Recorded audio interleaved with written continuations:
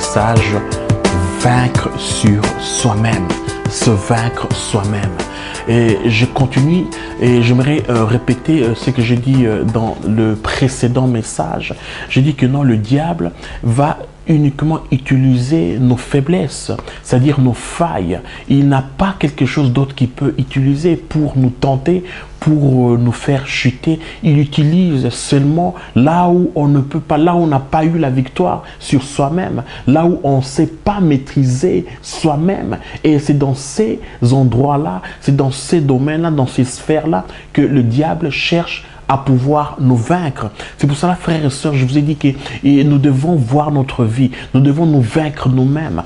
Là où il y a des failles, chercher à combler ces failles. Là où il y a des faiblesses, chercher à travailler afin qu'il n'y ait pas ces faiblesses. Bien sûr, on est des humains, on a des faiblesses, on a des côtés positifs, on a des côtés négatifs, mais cherchez, faites en sorte que là où vous sentez la faiblesse, de pouvoir travailler dans cette direction pour qu'il n'y ait pas de failles dans votre vie. Pourquoi? Parce que l'ennemi, lui, utilise seulement nos failles. Il utilise seulement notre ignorance.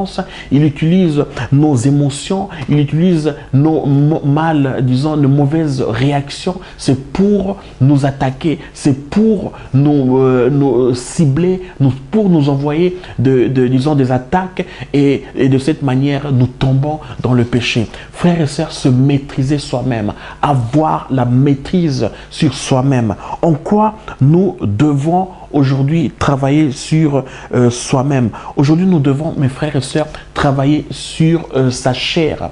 Essayer à maîtriser la chair. Pourquoi? Parce que la Bible dit que ce que veut la chair, elle est contraire de ce que veut l'esprit. Donc, beaucoup plus développer notre vie spirituelle, beaucoup plus avoir la sensibilité de l'esprit, marcher dans l'esprit, marcher à l'écoute de l'esprit, marcher et penser à l'esprit. Pourquoi? Parce que quand la chair prend le dessus de notre vie, mes frères et sœurs, nous avons les difficultés à pouvoir nous maîtriser nous-mêmes. C'est la chair qui va beaucoup plus se manifester. C'est la chair qui va beaucoup plus aller de l'avant. Et quand la chair va de l'avant, mes frères et sœurs, il y a plus de facilité de pouvoir chuter, de pouvoir tomber dans le péché. C'est pour cela, mes frères et sœurs, notre esprit doit prendre le dessus de la chair. Notre esprit doit être en première position. Nous devons être beaucoup plus sensibles à l'esprit qu'à la chair. La chair, elle est là, elle est contraire. Tout ce que la chair veut, c'est contraire à l'esprit. Donc, l'esprit, ça nous aide à pouvoir nous maîtriser nous-mêmes. Et comment est-ce que nous pouvons faire en sorte que l'esprit soit au-dessus? Mes frères et sœurs, c'est par la lecture de la parole de Dieu, la méditation de la parole de Dieu. C'est lorsque nous méditons constamment la parole de Dieu. C'est lorsque, premièrement, deuxièmement, c'est lorsque nous sommes constamment dans la prière, dans la solitude avec le Seigneur. Lorsque nous cherchons constamment la face de Dieu, frères et sœurs, notre esprit a beaucoup plus de place. Notre esprit a beaucoup plus de supériorité que notre chair.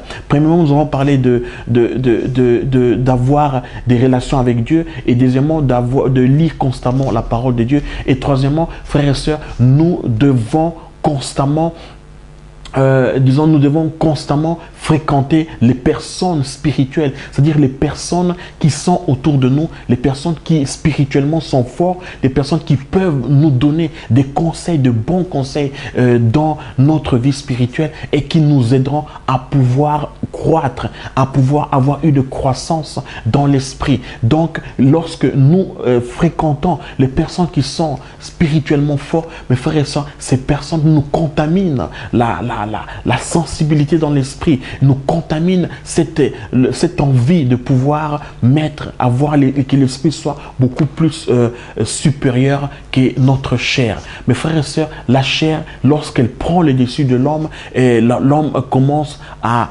tomber dans le péché, à mal réagir dans des différentes circonstances ou différentes situations de la vie. Donc, nous devons faire en sorte que notre esprit ait beaucoup plus de place et beaucoup plus de supériorité. Et puis également, mes frères et sœurs, nous devons développer les fruits de l'esprit dans nos vies. Les fruits de l'esprit, ce sont des fruits, ce sont des qualités de l'Esprit Saint, c'est le caractère même de l'Esprit Saint. Et ces fruits nous aideront. Quand on a ces fruits, mes frères et sœurs, nous avons la facilité de pouvoir nous vaincre nous-mêmes, nous pouvoir vaincre sur sa chair.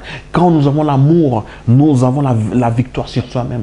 Quand nous avons la joie, quand nous avons la patience, quand nous avons la tempérance, quand nous avons toutes les qualités du Saint-Esprit, frères et sœurs, nous avons la victoire sur la chair. La chair n'a plus de place. La chair n'a plus de place. Donc la chair commence à obéir ce que l'esprit commencera à le dicter. Donc c'est pas la chair qui dicte, mais c'est l'esprit qui dicte. C'est pour cela, frères et sœurs, nous devons apprendre à nous vaincre nous-mêmes. Donc faites en sorte que l'esprit ait plus de place dans votre vie que votre chair. Merci, que Dieu vous bénisse. Soyez toujours à l'écoute de nos messages. Merci, continuez à nous suivre.